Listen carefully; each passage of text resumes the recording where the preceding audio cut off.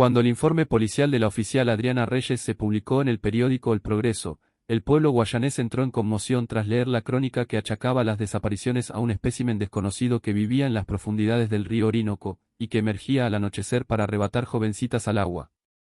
Este relato ocasionó una división significativa entre los creyentes supersticiosos y los escépticos moralistas de Ciudad Zamora, provocando una fiebre criptozoológica ante el supuesto enfrentamiento del vigilante enmascarado conocido popularmente como el justiciero nocturno, y un batracio mutante surgido en los estanques desconocidos de la Amazonía, río arriba, en las comarcas indígenas afectadas por la contaminación. La primera alusión a estas criaturas se registró en un artículo periodístico del 2007, sobre una embarcación que zozobró cerca de la formación geológica La Piedra del Medio, área propensa a los remolinos, con una veintena de personas nadando con desesperación a la espera de los rescatistas.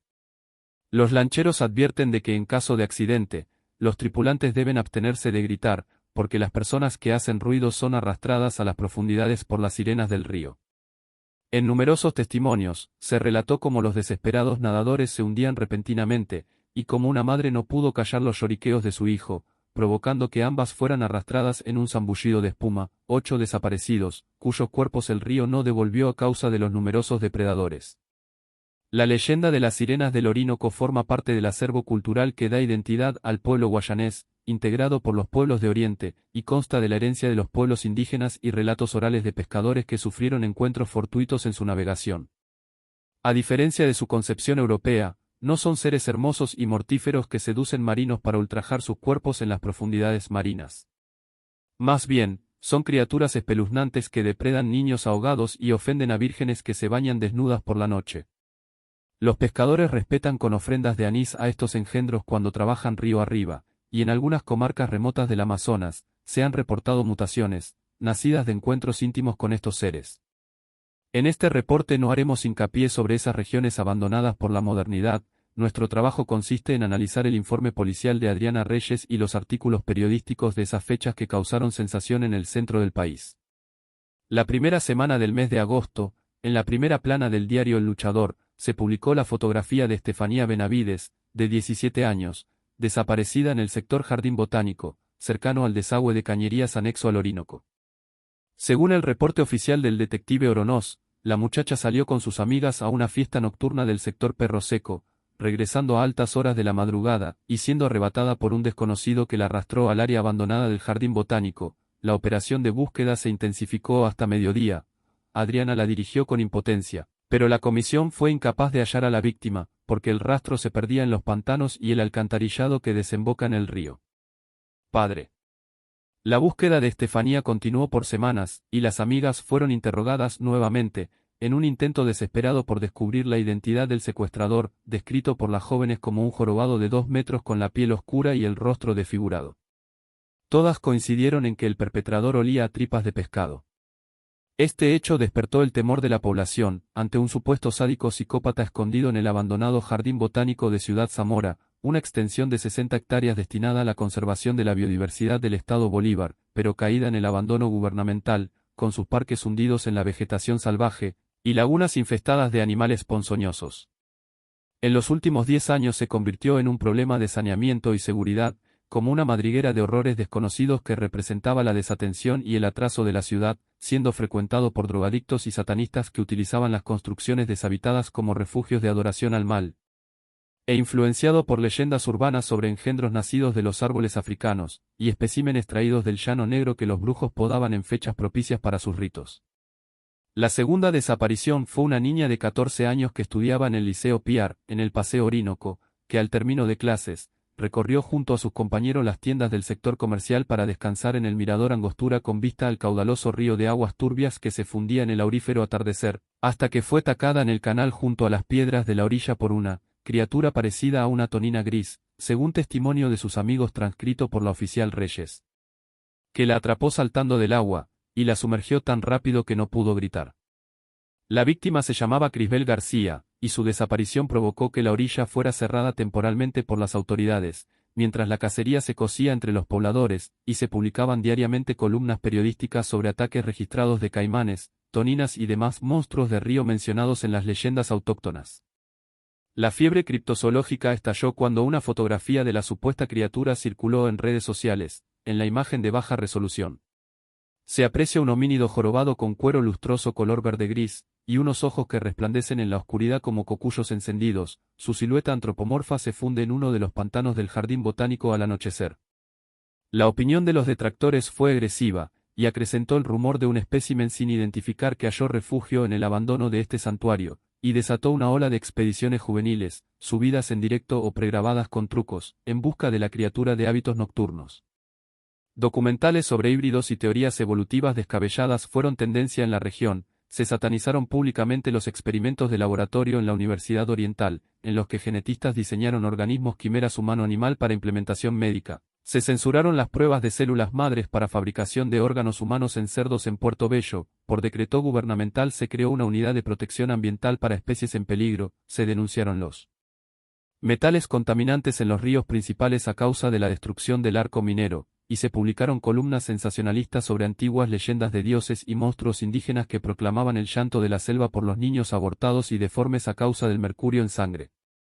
El archivo histórico de Ciudad Zamora es rico en registros de ataques a pescadores y jovencitas arrebatadas por corsarios.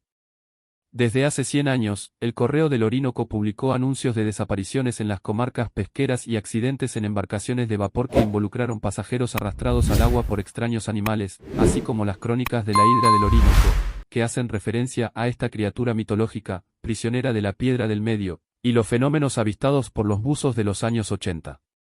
Por esos días, cuando las excursiones en busca de la madriguera de la criatura, y los huesos de las víctimas por parte de la policía, en el ruinoso yerbajal del Jardín Botánico, se hizo mención en la prensa sobre el justiciero nocturno de Ciudad Zamora, un vigilante enmascarado que defendía los barrios del centro de brotes criminales y células clandestinas.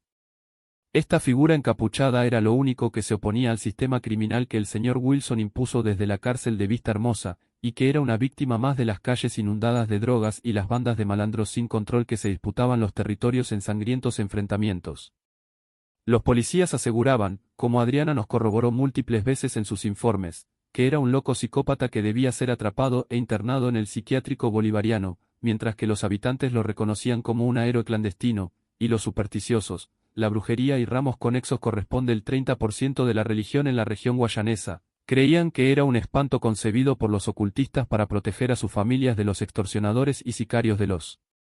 carteles, así como el asesino del infierno, que según la leyenda urbana, era una manifestación de la maldad reprimida en Ciudad Zamora. Los periodistas publicaban columnas sobre encuentros con el justiciero, y su posible persecución tras la criatura.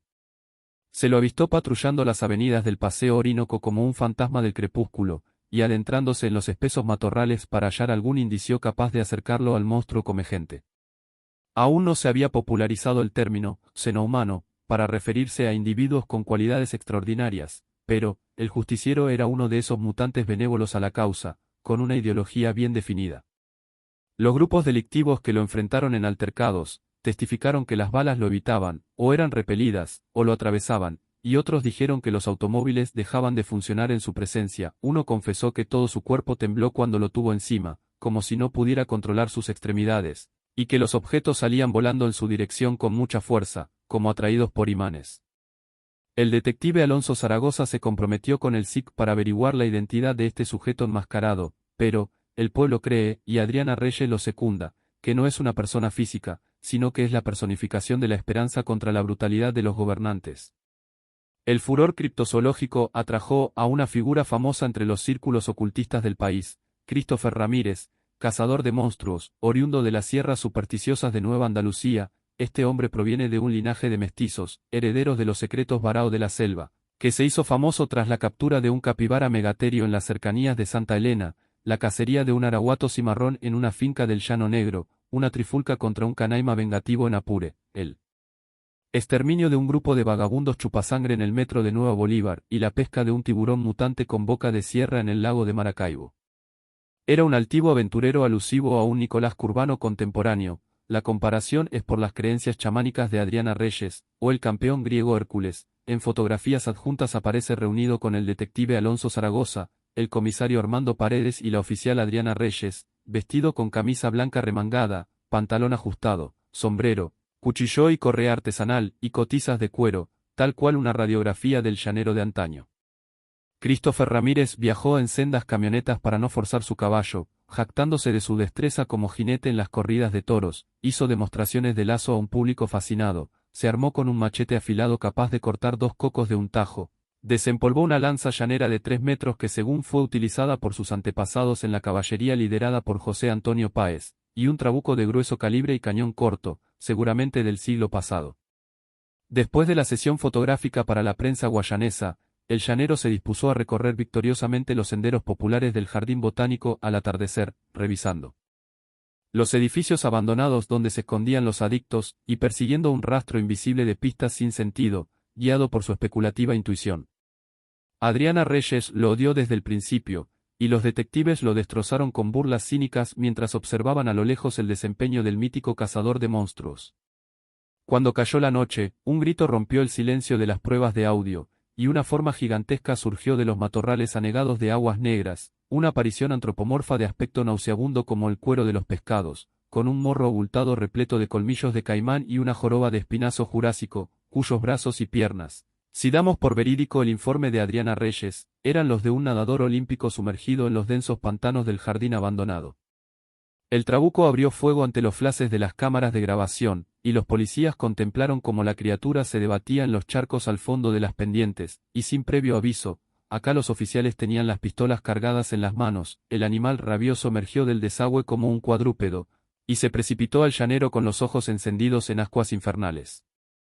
Lo siguiente, Adriana no lo pudo describir con exactitud por la intensidad de sus emociones, hubo disparos, sí, pero el zumbido magnético que la atravesó, resonó más fuerte que cualquier fogonazo, y sintió que la jalaron desde diversas partes del cuerpo, la pinza del cabello, el collar, la hebilla del cinturón y el plomo en las botas. Tiraron de ella hacia atrás con tal fuerza, que se desplomó. Todos los aparatos se movieron de su sitio, y una figura negra más pequeña y delgada surgió como un fantasma de los árboles.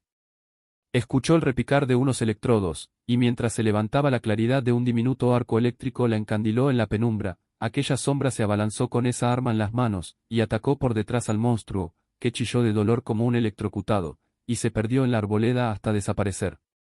Nadie supo qué pasó esa noche, porque el justiciero se desvaneció, dejando una pila de baterías soldadas en serie, y conectadas a 2 electrodos con un interruptor, era un taser casero.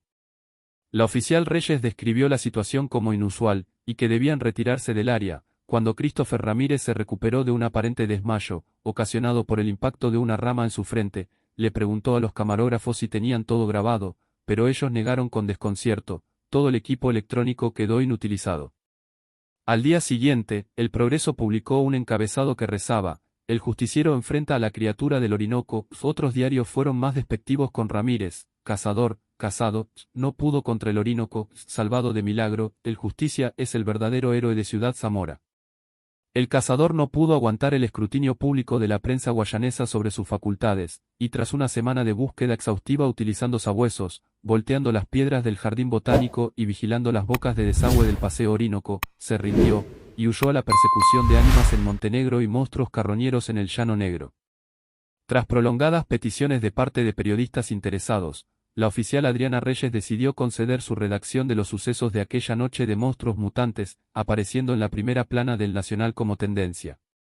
Siendo objeto de debate para los escépticos, y esperanza para los creyentes en su héroe nocturno. La criatura del Orinoco no volvió a aparecer en las avenidas, puede que se haya retraído a las catacumbas bajo el casco histórico, o el encuentro traumático lo haya hecho regresar por donde vino, río arriba, en los estanques escondidos de la Amazonía. Últimamente se habla mucho de la estructura en forma de embudo del lecho del Orinoco, que puede ser un portal al inframundo.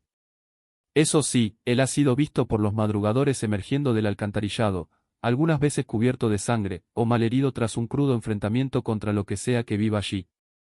No ha aparecido ningún cuerpo extraño flotando en el río, pero en caso de que lo haga, esperemos que sea nuestro campeón el ganador de esa batalla subterránea.